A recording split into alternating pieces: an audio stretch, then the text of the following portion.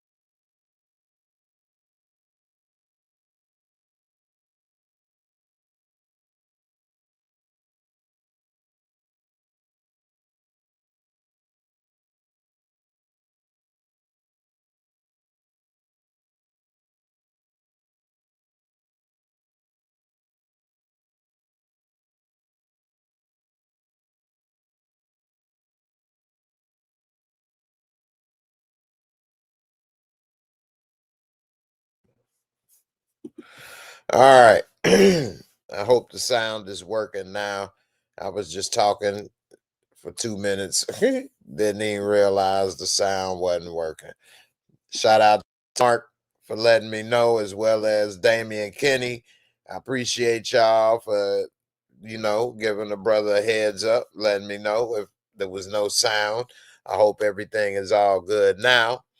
What I was saying is the Dune TV show is just like the movie. I think, well, back it up a little bit. I'm trying to remember what you may not have heard without the sound. So Dune, I used to believe, because I've seen all the movies, I was never a book reader of the Dune series, but I thought that Dune was like a knockoff of Star Wars. But I recently found out a couple years ago, or maybe a year, I don't know, recently, that Dune was actually first, and George Lucas read that and developed Star Wars. So that was new to me. I thought it was reverse.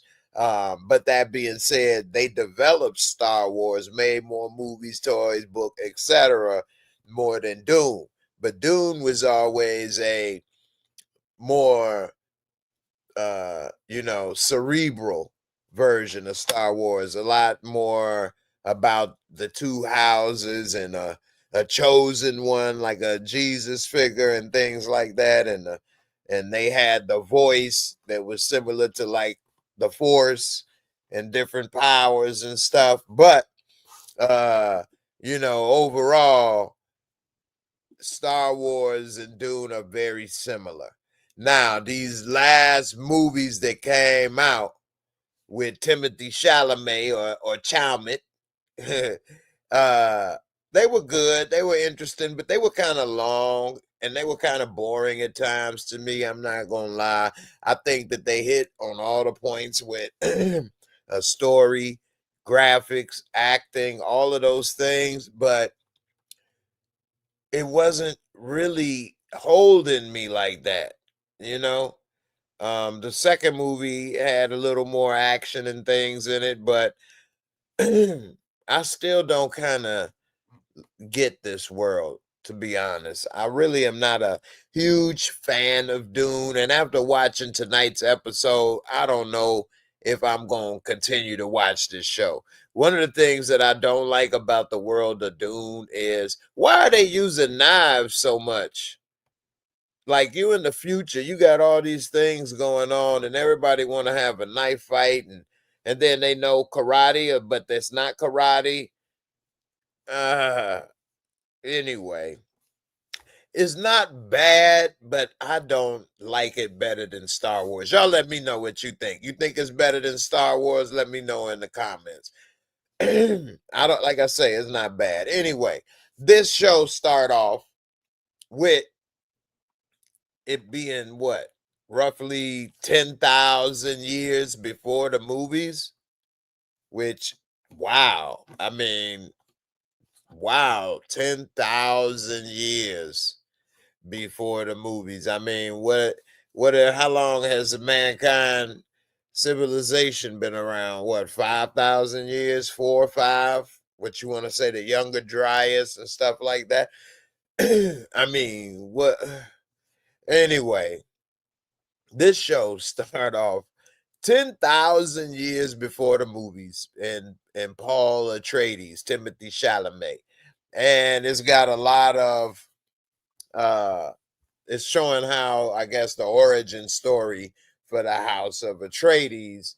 And so it was interesting that 10,000 years ago, roughly, give or take a couple hundred years, they had a war with AI. They were saying they were the thinking machines, but that was kind of tripped out. It's like Terminator type stuff. They had guns and weapons then, though. They wasn't stabbing the machines, but it's a lot of themes in Dune that is so-called Illuminati or conspiratorial, such as the pyramids that they were living in, or like when they were fighting the AI, it was a robot that was just like an eyeball, the all-seeing eye, red laser eye, which is the same red eye that was in the Terminator. It's a lot of different things going on with that, and then it's kind of like got religious themes, and then they trying to have these people that are like women that are like monks or nuns, but they are called truth sayers, and they can tell if you like telling the truth. They like a little lie detector walking around for you or whatever. But anyway, uh it was pretty interesting to have like those little lie detector truth sayers there. And it's got a lot of interesting things in it. I'm not saying again that it's bad. My man Damien Kenny say Dune's personal fights are duels. Duels have a code of honor, so people sword fight. Yeah, I mean, that was like at the end when they had the fight when Paul was fighting for Christopher Walken. But before they got there, they all had to fight and do their little sword fight, to get there. It was a big battle. Jason Momoa, when he was fighting in the first movie to defend Paul's father, he was taking all those dudes on with the blades. He got stabbed up, but he took out a bunch of them. You know what I mean? He got yoked up, though. He got a shish kebab. They shish kebabbed his ass. But anyway, we see that Atreides, the reason they house, I guess, start to get a little clout is because one of the Atreides helped lead mankind to defeat the thinking machines, AI. And I thought that was interesting. I would have liked to have seen more of this, since they said that this happened and it was 10,000 years ago. Why they didn't show more of this machine AI war? I would have liked to see that. But I think they kind of have some hints that it may come back based on this episode, but not to the grander scale as before, maybe. Anyway, they said that they got this woman, she a Harkonnen or whatever, and she was, checking out the house of betrayal. To be honest, it's kind of confusing for me. I ain't gonna lie, I've been trying to keep up with it and things, but the main woman that's narrating, and I thought the story was kind of about her. She's young in the beginning, and she's the main person that inspired her. That was a fighter and a leader. This woman, black woman, the sister. she on her deathbed. And so on her deathbed, she pretty much telling her, you know, you the one. But of course, there's another one of the sisters that's there. This because this is an all woman type nun retreat, basically. And one of the other nuns was there, and she got her own plans. And so they had something in there called, like, what's up, Rashonda? How you doing, sis? They had something called, this is some more Illuminati conspiratorial stuff. They had the DNA of people, and they were like trying to get the perfect person or something, or the perfect bloodline, or whatever to do, and something. And so the one woman, after the main woman died, they lead her. This other woman, she took it and was gonna try to destroy it because she thought it was evil. And old girl gave it a no. Gave it a shout. Whoo. Like you know, Elder Scrolls Online, or oh. Shorty, and they could like communicate telepathically, mind to mind. So she over here all up in her head, rent free in this mind thing, telling her, hey, look here, you ain't going nowhere. Take that knife, put it in your neck. She like, uh. Like, what?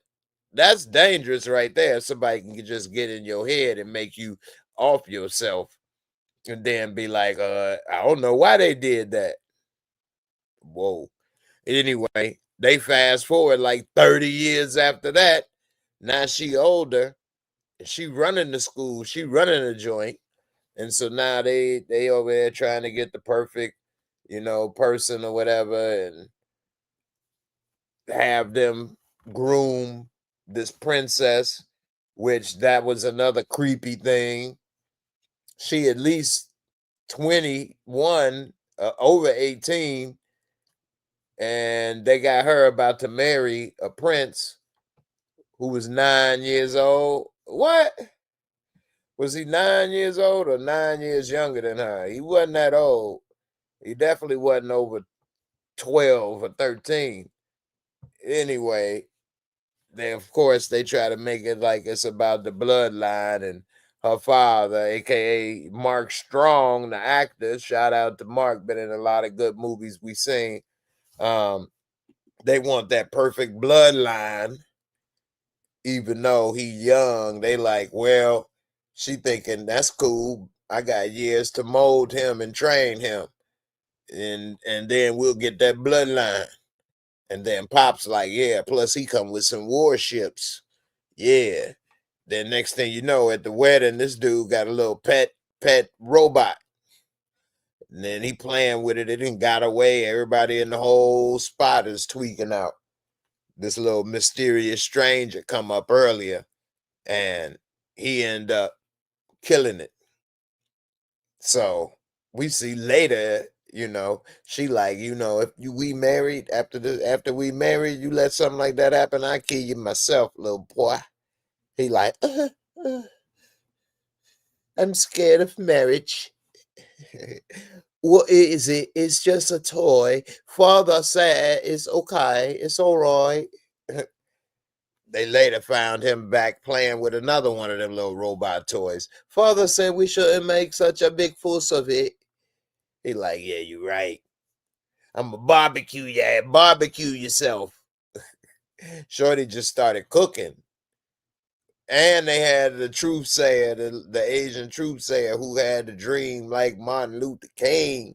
We better get up out of here. There's some sandworms, all kind of destruction coming. They gonna eat the house. They end up burning her ass like a $2. Oh no! She was cooking. She's screaming all the way 1,000 miles away. The other sisters come through. They thinking somebody poured some hot grease on her or something. This girl out here, they say, damn, what you do? Flip over the wok? Trying to walk and roll. Waka, waka, waka. Anyway, she done got roasted. She come out looking like burnt beef lo mein and this my thing. The other sisters is in shock and awe.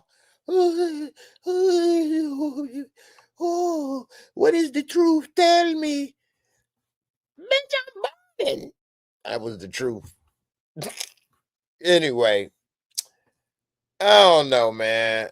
It's very interesting, but also complicated. I'm not going to say I don't like things that make you think and follow, but I think that if it's a sci-fi, it is you got to kind of bridge the gap a little bit more. And so I don't know. I don't know how I feel about this show. I like it. It's interesting, visually look good. Um I want to see how it play out. Maybe I watch another couple episodes, but it kind of got boring. I think 1 hour is good for this because it was right at the moment where it had moments where I was thinking it was getting there, and then it changed and something else and this, and it kept me right perfect enough because it took me a couple seconds to see Doom Part One with Chalamet. The second one was a lot easier to watch, but it still took a couple sittings to see that. So anyway, I'm gonna go ahead and break down my review, my Moscow, and then I'm gonna talk about that Tyson Paul fight a little bit, and then I'll probably come back tomorrow and talk about it a little more earlier. Uh, if I have time, if not, it had to be another time. So, uh, that Tyson Paul fight, that was sad, man. That Tyson, uh, I think it was fixed though, in a certain extent, and I'll tell you why. Hold on, let me do this Moscow right quick, and then I'll tell you why I think the Tyson Paul fight was fixed.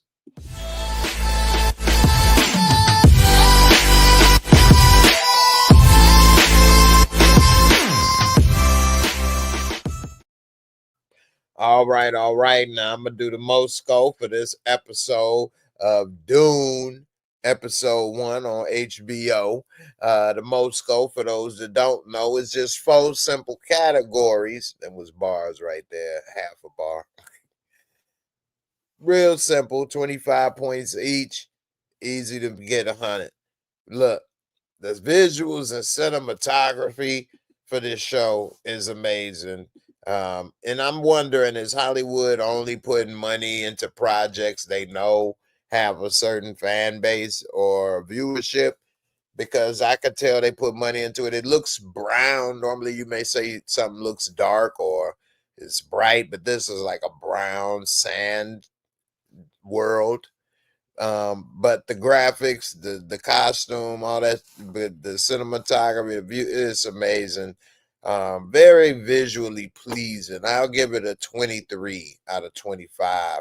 Storyline and plot is very interesting. Also, a little overly complicated and has a very has some boring points to it, in my opinion. Um, so it's a balance, I guess, you know. You can make something very good and interesting, but then you may make it a little boring. Or you can make it exciting, but then it is dumb. I'm gonna give this episode a 20 out of 25. It's very good, but it may be a little complicated for a person that's not familiar with the books and other things. Um, as a casual viewer, it's a lot.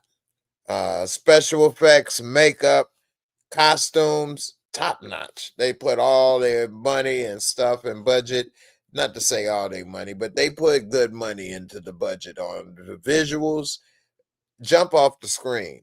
Okay, it's a weird looking thing. They got the women wearing the black stuff like a hijab on steroids. But it's interesting to look at. I give it that. I'm gonna give it a 25 because you know, they do a lot for a TV show. It's not a movie, but it looks like a movie. And lastly, entertaining fun factor. It was entertaining. It wasn't that good because I was too busy trying to figure out what in the world is happening. Which takes away from being able to just absorb it and take it as it is. Maybe if I read the books and other things, maybe I would have a different view. But overall, I'm gonna give it a 20 out of entertaining fun factor. I really don't know if I'm gonna watch any more episodes. I may not. Um, Matter of fact, I'm gonna take it down to a 18 instead of 20, which would give it a 86 on the Moorescore, which is like a B plus. Still good. If I had more knowledge about the show, maybe I would have enjoyed it more. If you're a person that has a lot more knowledge about the show, maybe you loved it. Me as a casual viewer, I didn't hate it. I thought it was decent, but I'm not like, whoa, I got to see this show. That was amazing. I don't feel that way. So, anyway, all right. Before I get out of here, we talk about that Jake Paul Tyson fight that happened on Netflix over the weekend. First of all, I'm so glad it was on Netflix instead of putting it on pay-per-view where people would have felt robbed or gypped. I definitely would have if I would have paid money. Now, with it being on Netflix, we all got to tune in for the most part, and they got big numbers. Uh, Now, why I think it was fixed, I think Jake Paul could have knocked Mike Tyson out, to be honest with you. The first round was the only round Tyson really had a chance. Now, the reason why I say this also is they had an extra large ring. They even said it on the announcers that they got a larger ring. Yeah, it's for TV on AT&T, this and that. That's not fair to an older person like him to chase him around that ring. And he got a bad knee. And he damn near died going through what he went through in June. He don't have the stamina to do that. So that's going to wear him down, which makes him tired. Second thing they did to fix it, to make sure that Tyson ain't going to do nothing, is they gave gloves that's like twice as heavy. I think they was like 20 ounces or something. So with those big old gloves, every time he keep throwing, it's making his arms heavier. So he going to get tireder. And so then, Jake Paul running around, running away from him. Tyson caught him a couple times. He felt it. But he knew that if he could make it out of the first or second round, Tyson was done. He couldn't make it. He would be burnt out of gas. And that's exactly what happened. And I think that was fixed on purpose. And plus, what? Tyson got between 20 and 50 million. And then I heard in the interview, Paul was saying it was a time where he knew he could have hurt him and took him out. But why knock him out and put him on his ass like that? That would have been disrespectful. And I agree. I mean, really, Jake Paul can't win. Either you beat up an old man or you got beat up by an old man. You know what I mean? But I would have really liked to see Tyson catch him. Am I going to be interested in another Tyson fight? I don't know. Y'all going to watch another Tyson fight? You let me know. Let me get up out of here, man. But that Tyson fight, Jake Paul, that was sad. Holyfield talking smack, talking about he'll fight Tyson. I don't want to see them fight. I hope they don't fight. They too old. It's not going to be good. They need to stop. Stop. Anyway, I'm up out of here, man. Deuces.